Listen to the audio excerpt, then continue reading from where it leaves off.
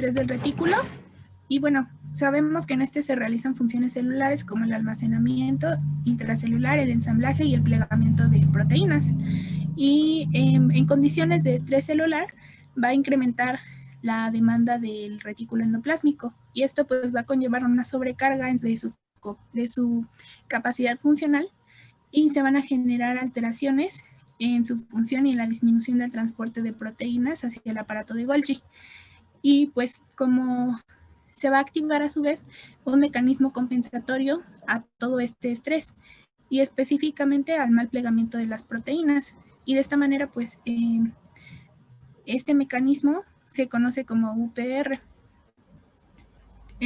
y va a permitir restablecer la homeostasis de las funciones del retículo endoplásmico mediante la inhibición de síntesis de proteínas y el aumento de la degradación de las proteínas en el retículo endoplásmico. Y el UPR pues va a incluir la activación de 3 sinasas sensoras del estrés, que es la sinasa de proteína del retículo parecida a la sinasa que se activa por el ARN, y pues esta va a ser la PERK. También se va a activar la IRE1 y el factor activador de la transcripción 6 o AFT. Y pues estos van a detectar el mal plegamiento y van a desencadenar toda este mecanismo. Y la activación de vamos a comenzar por PERK, va a promover la activación del complejo proteico que controla la transcripción del ADN, que ya hemos visto que era el NF-kappa-beta. NF-kappa-beta, factor nuclear kappa-beta. Sí, el factor nuclear kappa-beta, que si lo recuerdan lo había mencionado mucho mi compañera Belén. Y pues va a ocasionar la translocación hacia el núcleo, en donde va a promover la expresión de una variedad de genes involucrados en las vías inflamatorias. Aquí lo vemos, en el núcleo lo que va a promover pues es precisamente la secreción de citocinas inflamatorias, y pues esto ya vimos que nos conduce a resistencia de la insulina por la activación de todo esto. Ahora vamos a concentrarnos en ATF6. Pues va a activar de igual manera al complejo enzimático, que ya vimos que participa en la propagación de la inflamación, y pues va a terminar con la fosforilación en serina. Y luego el IRE, que es una sinasa endorribonucleasa 1, que va a requerir inositol, va a activar a la proteína sinasa TRAF2, y todo esto nos va a conducir exactamente a lo mismo, a una mala fosforilación en IRS. Entonces es un círculo vicioso a fin de cuentas, ¿no? Sí. Hay resistencia a insulina, se sigue manteniendo esa resistencia a insulina porque toda esta vía, la JNK, la IKK, va a seguir activándose gracias a estos factores, a estas proteínas, a este complejo enzimático que se encuentra a nivel del retículo endoplasmático rugoso. Todo eso me va a llevar a que se mantenga esta vía de inflamación y aparte que exprese el factor nuclear kappa-beta. Ese factor nuclear kappa-beta, cuando se encuentra presente, es que favorece la inflamación. Entonces, ese mismo factor está activando genes para que se sinteticen más y más y más citocinas proinflamatorias. Y estas citocinas proinflamatorias siguen aumentando más y más la resistencia a insulina. Entonces, también, dependiendo dónde se lleve a cabo la resistencia a insulina, en el receptor, en el sustrato, en el fosfatilinositol, en el AKT, también hay una clasificación de los diferentes tipos de resistencia a insulina. Se habla de resistencia a insulina tipo A, resistencia a insulina tipo B, y hay subtipos que se presentan. Clínicamente, una de las características que también se presenta en pacientes que empiezan con resistencia a insulina es la acanthosis nigricans. la acantosis nigricans es una hiperpigmentación, sobre todo a nivel de axilas y a nivel de cuello. Eso también es un factor que indica que hay resistencia a insulina. Entonces, este es un círculo vicioso que no se va a parar si esa persona no entra a una dieta o un ejercicio. Y si no obedece, esto va a ir complicándose más porque el páncreas, como respuesta, está secretando más insulina, hay hiperinsulinemia, pero de nada le sirve. Entonces ese paciente va a llegar un momento que ya no va a ser resistente, ya va a ser diabético, ¿sí? Bueno, ¿qué más, Karen? Ahora vamos a ver lo que dijo la doctora, que faltaba pues la mitocondria, y vamos a centrarnos en la disfunción mitocondrial. Bueno, la disminución como resultado de una disminución general de la fosforilación oxidativa, y pues va a iniciar todo esto. Y también asociado a esto, pues vamos a encontrar una pérdida de función, lo que puede disminución de mitocondrias. Y de esta forma, pues la disfunción mitocondrial puede ser el resultado de una disminución en la biogénesis de este organelo, una reducción del contenido proteico mitocondrial o una disminución en la actividad de las enzimas que participan en el proceso oxidativo. Y todos estos cambios van a ser responsables de conducir a una disminución en la oxidación de sustratos. Y vamos a comenzar por los ácidos grasos y la glucosa, que pues van a conducir a una reducción en la función mitocondrial. Y vamos a centrarnos principalmente ahorita en la acumulación de ácidos grasos libres. Esta se va a acompañar de un incremento de los niveles de diacilglicerol y ceramidas, y estas pues van a inhibir la señal de insulina. El diacilglicerol va a promover la activación de PSK, como aquí lo tenemos, y este pues va a fosforilar e inhibir el receptor de la insulina, como ya lo hemos visto. Y las ceramidas van a regular de manera negativa la activación de AKT. Aquí lo tenemos. Y pues ya habíamos visto que ayuda a la translocación del GLUT4. Entonces, si lo regulan de manera negativa, no se va a dar Y en el caso de, ¿qué más? Del estrés oxidativo, pues se van a generar especies reactivas de oxígeno que van a activar sinasas serina-treonina, que lo que van a hacer es de nuevo fosforilar en el lugar donde no es. Y pues este es otro mecanismo de resistencia a insulina. Con esto, con el esquema anterior y con este esquema, ¿dónde empieza el daño a nivel celular? ¿En qué organelos, Karen? En la mitocondria y en el retículo endoplásmico.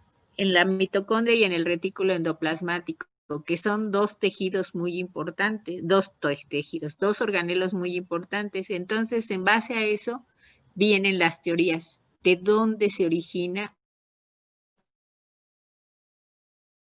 la diabetes, la diabetes sobre todo, porque la resistencia a insulina es fallas a nivel del receptor o en alguna molécula de su mecanismo de acción de la insulina. Pero el daño y la diabetes se origina y nace, se forma en el retículo y en la mitocondria. ¿Por qué? Porque esta mitocondria, al ser expuesta a gran cantidad de glucosa, gran cantidad, bueno, aquí sería sobre todo lípidos, ¿verdad? Hay una disminución también de estos en la beta oxidación. Entonces estos se tienen que ir por otros caminos y favorecen también la formación de ROS, especies y radicales libres, especies reactivas de oxígeno. Estos ROS van a también a contribuir a que haya más resistencia a insulina, pero sobre todo los ROS junto con el factor inflamatorio, el factor nuclear kappa beta, también van a favorecer que haya más apoptosis de esas células. Parte de eso ya se explica aquí, ¿verdad? Y va a presentar un primero daño a nivel de la membrana de los organelos que se llama anoquis, y después destrucción de las membranas, y después apoptosis, mitofagia también, que vamos a ir viendo qué es eso en la diabetes tipo 2, ¿sí? Bueno, entonces, con esto creo con los esquemas que nos han presentado sus compañeras y las explicaciones, creo que queda entendido para ver y que se explique qué es el síndrome metabólico y diabetes, ¿sí? Y luego, esto es muy importante porque en base a eso, pues ustedes van a tener el cuadro clínico, previamente el diagnóstico, cuadro clínico, la sintomatología que va a presentar el paciente y en base a eso, ¿qué le voy a dar? ¿Qué le voy a dar y en qué momento le voy a dar? Y sobre todo, ¿por qué se lo voy a dar? ¿Y en qué dosis se lo voy a dar? ¿Y en qué momento? Entonces, todo es muy importante para que ustedes den un tratamiento farmacológico. No nada más es por los esquemas. Aquí en las ceramidas se activa la fosfolipasa A y a través de eso me activa, me fosforila a la AKT y por eso no se da la salida o la translocación que mencionaban del GLUT4. Pero recuerden también los ROS y estas fosforilaciones han mencionado en serina, pero también puede ser serina y trionina en todos los casos, ¿sí? Bueno, Karen, ¿qué más? Sí, de resistencia y la insulina ya sería todo. Y pues agregué unas imágenes que nos mandó la doctora a modo de resumen para que las puedan checar bien. Y pues tenemos a la mayoría de las adipocinas que ya hemos estado hablando. Tenemos a la adiponectina, que es como un resumen. Ya hemos visto que favorece, al contrario de todo lo que ya, de todas las demás, actúa como cardioprotector, eh, antineoplásico, antiinflamatorio, eh, angiogénico, también ayuda a la señalización de la insulina, a la leptina, que ya vimos que es todo lo contrario, es digamos que negativa en condiciones de la obesidad. Y pues pues ya vimos que nos conduce a disfunción endotelial, resistencia a la insulina, a una mala regulación del apetito, pero no porque no porque sea mala la leptina, sino porque no hay una correcta señalización. En condiciones normales, la leptina es muy buena, ¿eh? Sí. Porque es la que le está manteniendo a el peso adecuado. Nos está saciando para no comer más. Pero cuando ya rebasamos y cuando ya estamos de este lado, pues ya hay obesidad, entonces hay resistencia a leptina, a insulina, perdón, y después resistencia a insulina. Y vean aquí en el esquema, en el delgado, el tejido adiposo, ¿cuántos macrófagos tipo 1 presentan? Pues muy poquitos. Pero ya en el obeso, ¿cuántos se infiltran? Y lo que mencionaron a lo largo de toda esa exposición, ya crecieron los adipocitos, ya es mayor el número de adipocitos, hay hipertrofia, hiperplasia. Y abajo, ¿qué tiene, Karen? Los órganos que se ven implicados dentro de todo esto. Y nos faltan otros, ¿verdad? Nos falta el riñón. O sea, no podemos poner todos los tejidos que nos están conformando al cuerpo humano, pero el páncreas, músculos, cerebro, corazón, hígado y vasos. Pero aquí ya han aumentado más, porque por ejemplo esto va a dar pauta para explicar lo del síndrome metabólico. A veces nada más se incluían 4 tejidos en el síndrome metabólico, ahora ya se hablaba de un cuarteto, el cuarteto de la muerte. Ahora ya son 8, 9 tejidos y cada vez están involucrando todos. ¿Por qué? Porque todos están sufriendo daño. El cerebro, el hígado, los vasos, aquí lo tiene, va a causar daño endotelial y todas estas citocinas proinflamatorias. Y ya se resume, como bien dijo. ¿Qué más le falta de este resumen, Karen? Pues también ya vimos la resistina, que igual nos conduce a disfunción endotelial, a la resistencia a la insulina de manera directa, como ya lo había explicado. También la interleucina 6 y el factor de necrosis tumoral alfa, pues son moléculas proinflamatorias, conducen a disfunción endotelial, a la resistencia a la insulina y pues también a la producción de especies reactivas de oxígeno. Y igual, este es como otro resumen para que ustedes lo vean. Las citocinas que propiamente ayudan a la diferenciación de los adipocitos, los que regulan el balance energético, los que intervienen en la sensibilización de la insulina, los que actúan como factores de protección cardiovascular, los que están implicados en la inflamación vascular y eso nos conduce a disfunción endotelial, y los que están implicados dentro de la del control de la inflamación. Y pues ya sería todo de nuestra parte. Bueno, pues gracias. Mejoró bastante su presentación, muy bien. Y empezamos con el otro equipo, Belén y Karen, que sería síndrome metabólico y diabetes, clasificación, equipo 4. Sí, doctora. Bueno. Entonces, todo lo que dieron sus compañeras es para entender las siguientes patologías, hasta diabetes y las complicaciones. De hecho, por eso les hice el examen de vías metabólicas, para que quede bien entendido, porque ustedes se van a explicar las enfermedades metabólicas gracias a que entiendan lo mejor posible las vías metabólicas, porque son enfermedades de tipo metabólico. Y ahí les metí algunos tejidos, Bueno. ¿Qué más? A ver, este es América, Lisbeth y Michelle. Ya se ve Michelle y América. Entonces comenzamos. Siguiente.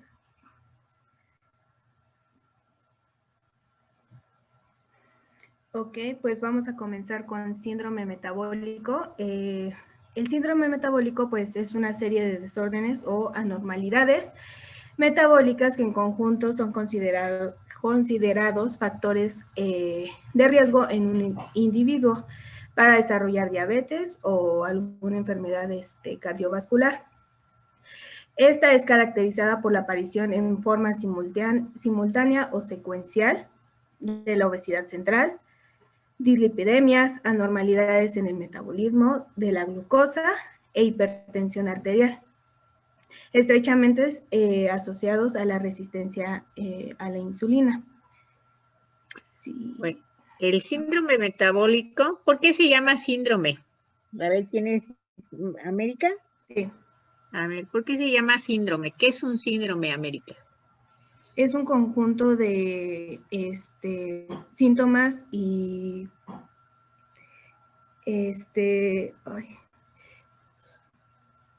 síntomas y signos asociados a pues una patología. No. Que es un conjunto de entidades clínicas. ¿Cuáles serían las entidades clínicas? Pues, dislipidemia ya es una entidad clínica. Trigliceridemia ya es una entidad clínica. Obesidad ya es una entidad clínica, obesidad visceral. Hipertensión es una entidad clínica. Trigliceridemia ya es una entidad clínica. Intolerancia a glucosa ya es una entidad clínica. Entonces, resistencia a insulina, de lo que acaban de hablar sus compañeras, es una entidad clínica. Entonces, un síndrome, en este caso síndrome metabólico, es un conjunto de entidades clínicas. ¿Cuáles? Cualquiera, 3 de las que hemos hablado, ¿sí? Entonces, son entidades clínicas. Lógicamente que cada entidad clínica va a tener un cuadro clínico y una sintomatología. Pero si usted nada más me dice, un conjunto de sintomatología, pues yo puedo decir, pues es resistente a insulina y no ser síndrome metabólico. Nada más lo que tiene ese paciente es resistencia a insulina. Un paciente que tiene hipertensión, nada más a lo mejor tiene hipertensión. Un paciente que tiene, y va a tener un conjunto de sintomatología y un cuadro clínico y varias manifestaciones clínicas. Entonces, es un conjunto de entidades clínicas. ¿Qué más, América? Siguiente, por favor. Ok, los criterios diagnósticos propuestos para el síndrome metabólico pues son diversos. Desde el año 1988 por el doctor Gerald Reavet, va a describir el síndrome como pues un conjunto de anormalidades que incluyen lo que ya había mencionado, hipertensión arterial, diabetes, dislipidemias, denominándolo síndrome X, donde la resistencia a la insulina constituye el factor principal. Bueno, igual en lo que estuve leyendo, otro de los factores principales es la obesidad abdominal.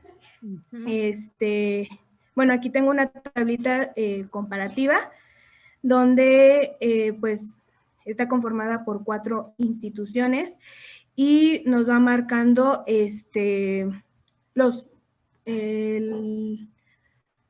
compuestos, por así decirlo, que considera cada una de ellas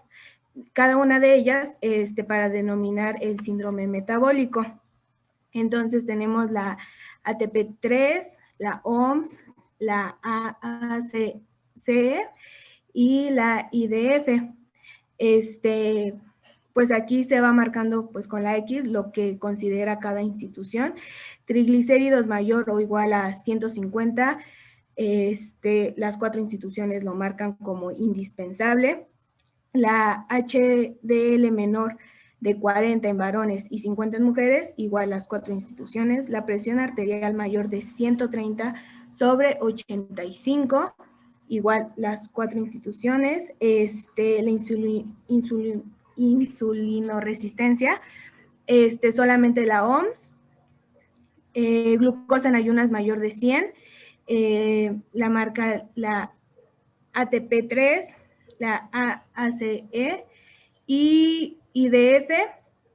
Glucosa en 2 horas de 140, nada más la AACE.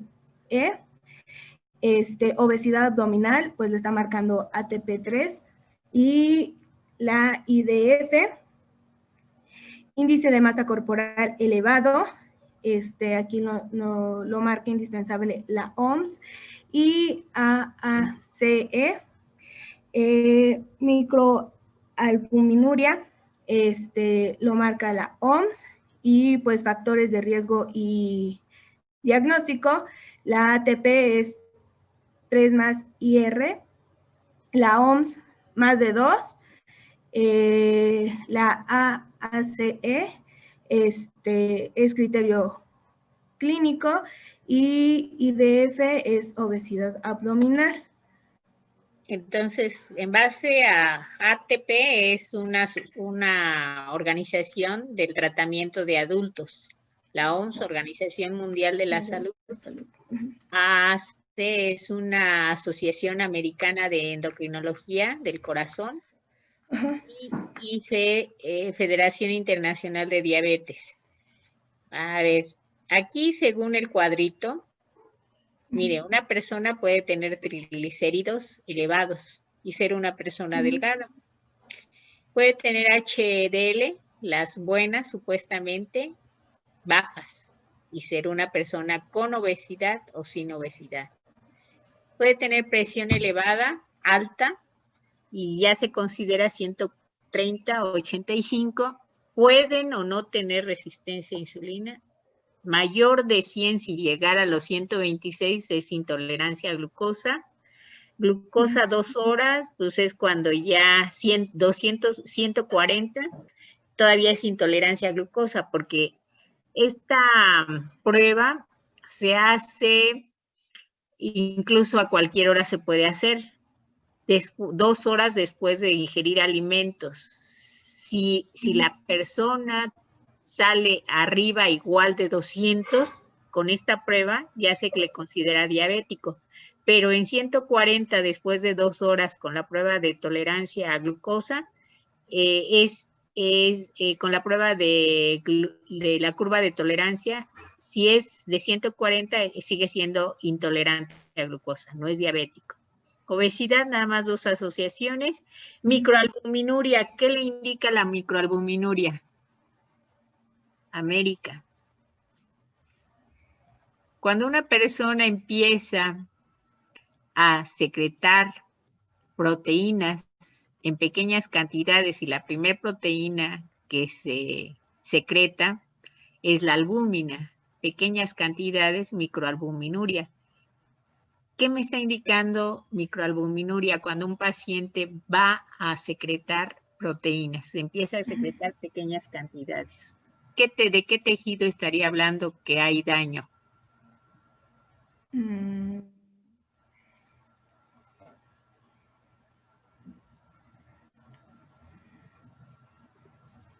¿Quién me dice?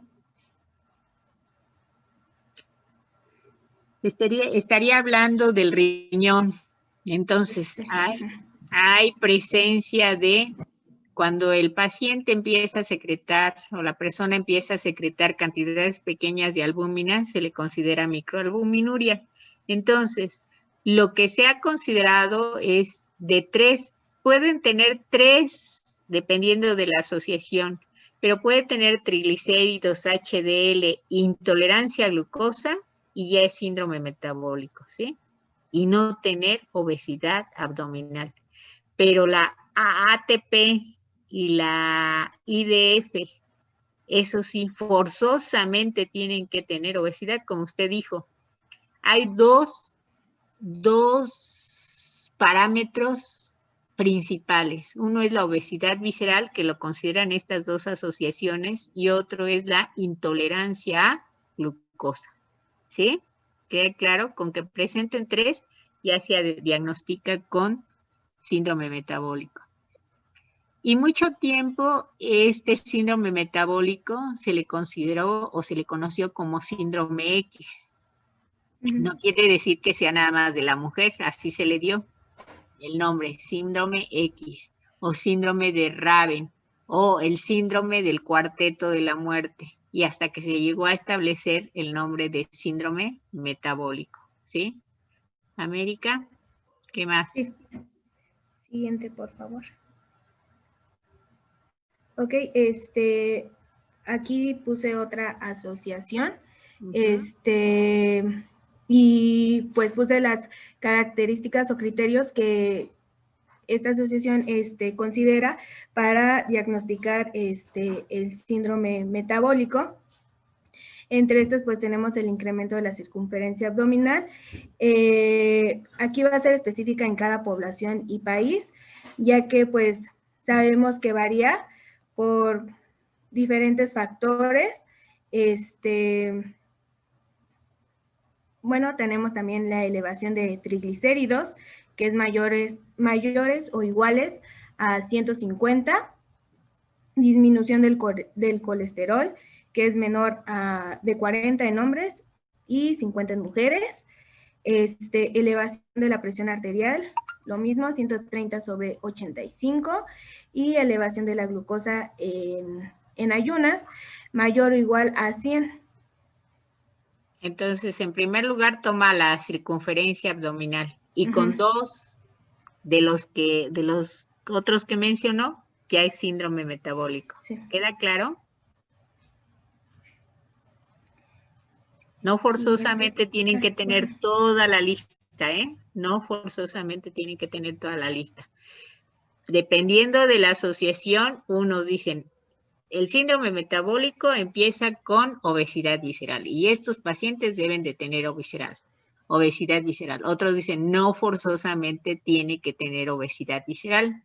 Si tiene intolerancia a glucosa, ese es uno de los parámetros de inicio.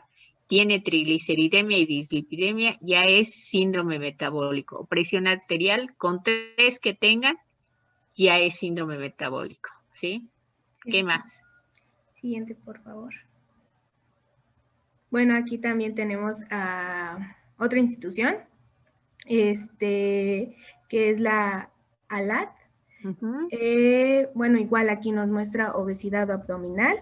Ellos nos dicen que el perímetro de cintura tiene que ser mayor o igual a 94 en varones y 88 en mujeres.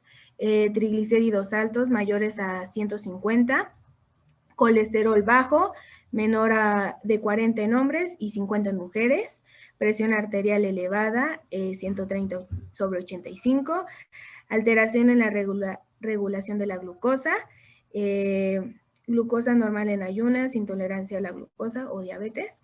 Y el diagnóstico de síndrome metabólico se realiza si existe obesidad abdominal. Más de 2 de los componentes que estoy mencionando, lo mismo que usted nos está diciendo anteriormente. Y en nuestra población, ¿cuál de estas asociaciones se toma más en cuenta? ¿Cuál crees, América? Pues yo creo que podría ser tanto parámetros de la OMS, pues también podría ser esta institución. Sí. ¿Por qué? Porque somos una población en obesidad. Primeros lugares. Entonces, la ALAT y la Federación Internacional de Diabetes y la OMS son las principales que rigen a nuestra población. Entonces, como somos primeros lugares en obesidad, la mayoría de la